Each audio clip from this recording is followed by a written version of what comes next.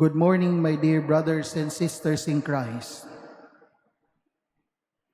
In our gospel today, the Pharisees and Herodians tried to trap Jesus.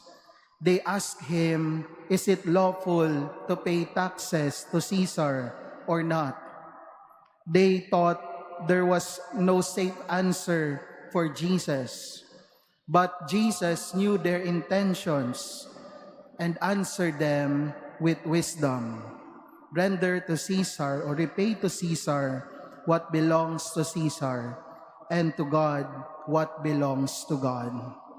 Ngunit hindi higit pa sa buwis ang gustong ituro ni Jesus. He showed a coin and asked, "Whose image is this?"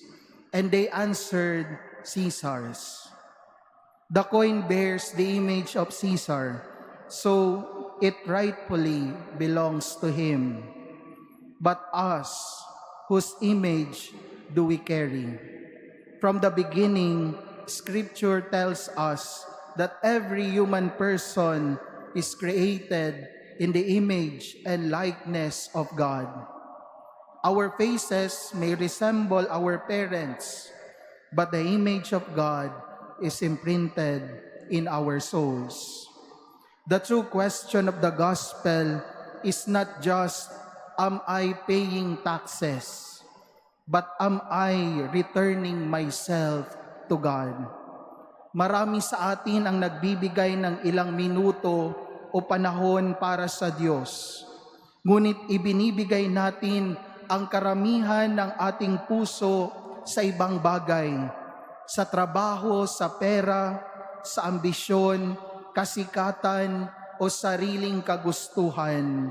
Minsan parang gusto nating ilagay ang Diyos sa ating schedule kapag may libreng oras lang tayo. Pero ang Diyos ay hindi isang appointment lamang sa ating kalendaryo. God does not compete for a place in your life. He desires to be the center of it. Hindi ninanais ng Diyos na maging isa lamang siya sa maraming bahagi ng ating buhay. Hindi niya dinais na maging pangalawa, pangatlo, o panghuli sa listahan ng ating mga priorities. Siya ang pinagmumulan ng lahat. Kapag hindi ang Diyos ang sentro ng buhay natin, madali tayong maligaw. Kapag may problema, agad tayong nawawalan ng pag-asa. Kapag may tagumpay, agad tayong nagiging mapagmataas.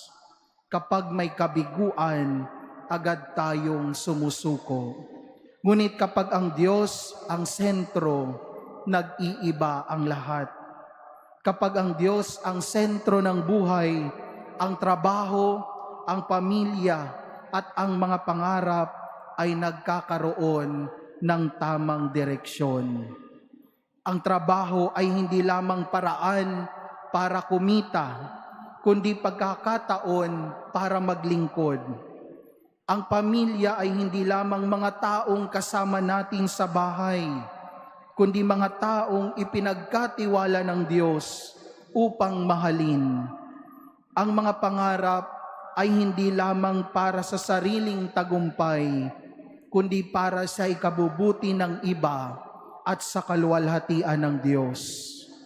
Kapag ang Diyos ang sentro, hindi nawawala ang mga problema, pero nagkakaroon tayo ng lakas upang harapin ang mga ito. Parang gulong ng bisikleta. Karamihan sa atin marunong magbike at alam kung ano ang bike.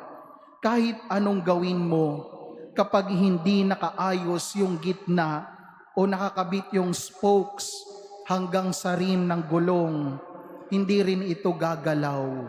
Wala din value yung bisikleta.